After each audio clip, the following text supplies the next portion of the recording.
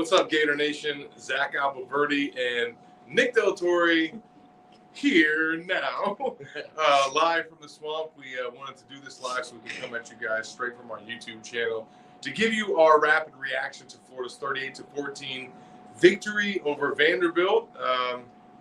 Nick, they got it done. They obviously came out and responded from what was a really poor performance in Lexington. The rushing defense showed up today. They shut down Vandy's run game. Montrell Johnson had to carry the load with Trevor Etienne out. He had one of his best performances as a Gator. We saw the return of Trey Wilson, a breakout performance from Arliss Boardingham, and another night where Graham Mertz completes over 80% of his passes, 83.3 to be exact, for the second straight week. And a lot to like about this game, Nick. Yeah, this is, last week was definitely, Florida called it embarrassing. Napier did, Tyreek Sapp, who was always phenomenal behind the microphone, called it embarrassing. And I don't know what you learn about this team, but, listen, it would have been hellfire and brimstone if you didn't get that result. So Florida covers. Yep. Good teams win, great teams cover.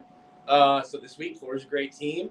Billy covers the spread. Billy covers the spread. Billy gets his 50th career win, 10th here at Florida. Yeah. Montrell Johnson goes for 2,000 career rushing yards, gets in the end zone. He ran hard tonight. Yeah, I think the biggest thing with him is that he's always been really patient. Florida's offensive line hasn't been great run blocking, and he just hasn't been breaking tackles. Yeah. I think tonight he hit defenders before he let them hit him, and that was good to see. Trey Wilson gives Florida's offense a completely different dynamic.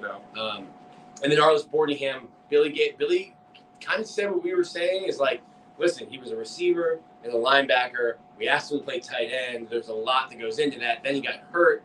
You're not really learning other than in a classroom. You can't put it on the field, put it on the grass. So I think we're seeing him at least earn the trust to be able to get on the field. But everything we heard from the spring and the fall was he's Arliss boarding him. He showed that tonight. And he showed that tonight. He's a mismatch. He's a guy, that you can put out kind of like Kyle Pitts. Don't do that. But kind of like Kyle Pitts, just in the sense that he is faster than linebackers and too big, too physical for corners. He's a mismatch.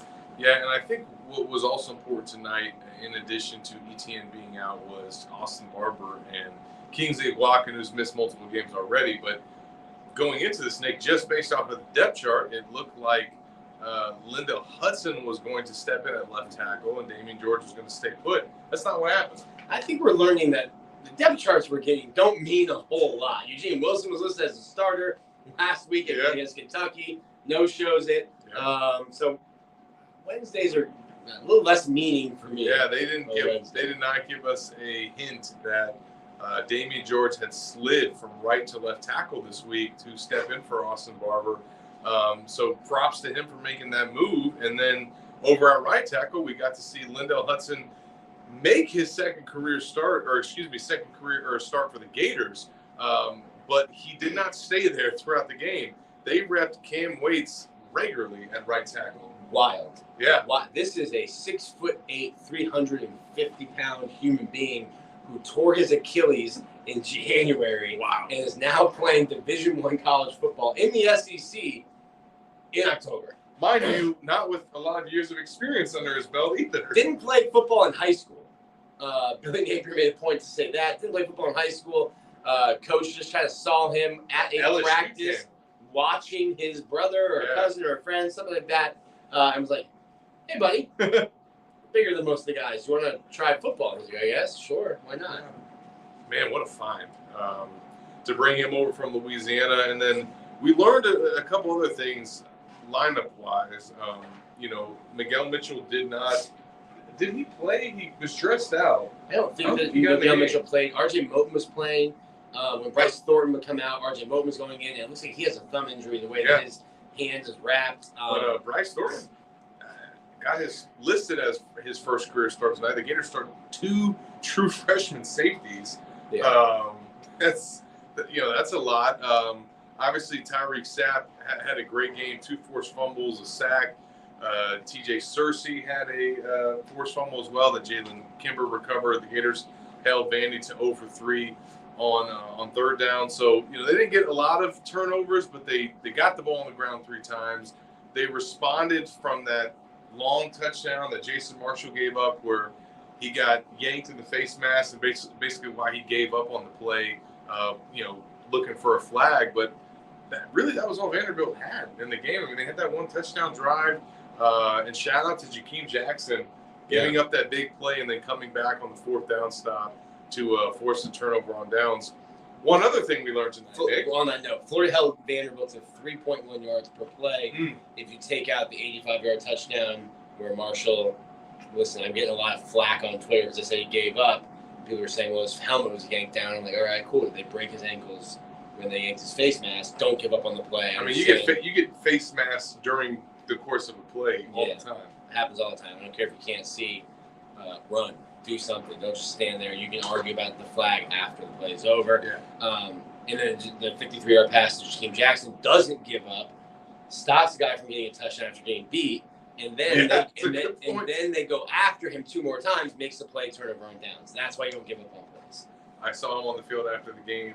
I told him nice job on that 4th down, and he just shook his head and goes, "Man, I hate giving up big plays." And so he made up for it. That's he's got to have cornerbacks. They're the cockiest guys on the field because like a closer in baseball, you can't remember the home run you gave up. You got to remember the strikeout. But that's good to hear from a young player that's like letting that play eat at him, and not in a negative way, because in a negative way he would have given up a touchdown, when they came after him on the next play. So I love to see that from a young player, handling adversity, showing maturity in the game in real time. Now, there were some storylines in fall camp that showed themselves tonight. Trey Wilson was somebody that was creating buzz all throughout camp. He showed up. Arliss Boardingham. But there was another guy that generated some buzz in fall camp that showed up tonight, and we learned something here in the Swamp. It was inconsequential, but we found out, I think, Max Brown is Florida's backup quarterback. It would appear that way. It's not Jack Miller. You and I talked about it, and we thought, hey, if Graham Mertz goes down first drive at Utah, I think they go to Jack Miller. Yeah. If it's going to be, hey, the offense is stalling and we need to get somebody else in there, or if Graham goes down and it's a game kind of like this where, like, to inject some more life into the offense, Max Brown gives you some running ability. Yeah. And shout out to former baseball player Max Brown. Didn't get a letter in baseball last year or football last year. Gets his letter in football tonight, getting his first playing time. Yeah, man. He was able to go out there and make some throws. And if there's any negative or some negatives, I guess, that you could point to from tonight, obviously the play that they gave up, but it was, man, how much Mertz got hit again. 3 sacks. He got knocked out of the game. That's got to stop. Now, Billy did say he held the ball too long. So that's one thing, and I think there's so much that goes on in between the lines that we don't know up here in the press box, that fans don't know, whether they're at home, a bar, or in the stands watching. I last week in Lexington, I walked up to Graham and I was like, "Man, you're tough as hell." He said, "Thanks," and then like, I just couldn't. I just blurted out like, "Oh, wish your offensive line would like make you stop proving it every week."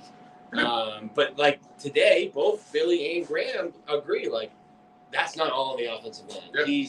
And Graham has said, and I think it's just him being a leader, has said, of course, throughout the year, like, hey, Florida, or hey, like I need to do a better job of getting protections. I need to do a better job of this. I'm holding on to the ball too long. Billy had a funny line, like he almost went Spurrier and threw a headset. Yeah. And broke a headset today during the 2nd-and-1 sack, which kind of kills that drive. Yeah, I think that all 5 offensive linemen could give up a sack and a half, and Graham would take the blame. Yeah. The 5 offensive linemen could trip over their shoelaces. And Graham back, you know what? I should have tied their shoes. I should have helped them out.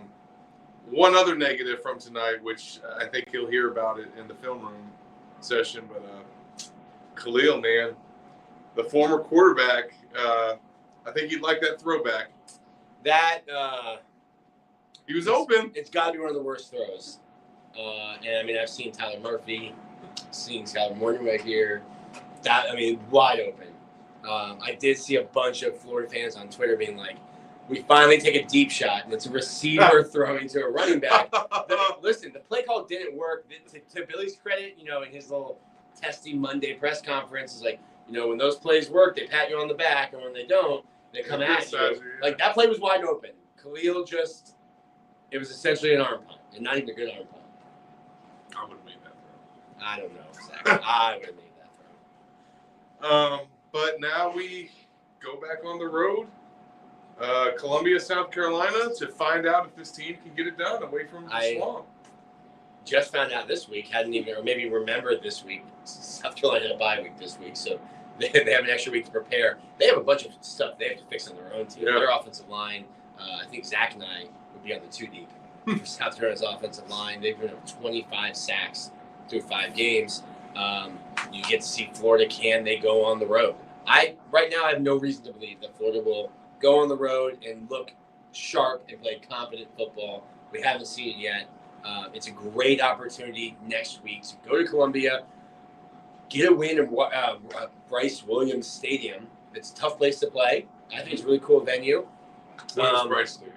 Williams-Brice. What did I call it? Bryce Williams. Williams-Brice Stadium. I think it's a tough place to play. They can get rowdy there. You're going to hear a lot of sandstorm. And if you were to have told me before the season that Florida was 5-2, and I get what it's looked like at times, but that Florida would be 5-2 heading to Georgia, I'm cashing that check. Yeah. I mean, that's even right now, halfway through the season, 4-2, 2-1 in SEC play. This is a game that you can go and win at South Carolina. I think that road trip, the 2 road trips against the Tigers are going to be much harder that we saw today than what we see. We just don't even know. Like, Missouri looks great. LSU looks like they forgot how to defense. Every week they're in a 50 to 49 game. Like, I don't know what is happening with LSU's defense, but like, if Florida goes and gets a win at South Carolina, it will answer a bunch of questions for me, and I won't like write in losses at Columbia, Missouri, at Baton Rouge, at Jacksonville. Probably. And what that could do for their confidence. Look, Georgia's up big on Kentucky right now. That is going to be a difficult matchup. But for Florida to just, to be psyched up for that game, they need to go out to South Carolina and get a win and go into that bye week feeling good about themselves. We'll see if they can get it done. Make sure that you guys stay locked to GatorsOnline.com for all of our post-game coverage. We'll have some videos coming to our YouTube channel as well. I'm going to let Nick walk up to the steps right there to turn off the live. On a 5-game pick winning streak also. If you're checking in. 5-game pick winning streak. Well, I think that next week we might see it that 5-1 record that we have amongst our GO staff. Might be some differences in how that plays out. So definitely looking forward to getting back on the road, seeing what this team's made of in Columbia. Make sure you guys stay locked to Gators Online. For Nick Del Torre, I'm Zach Albuquerque. We'll see you guys next week.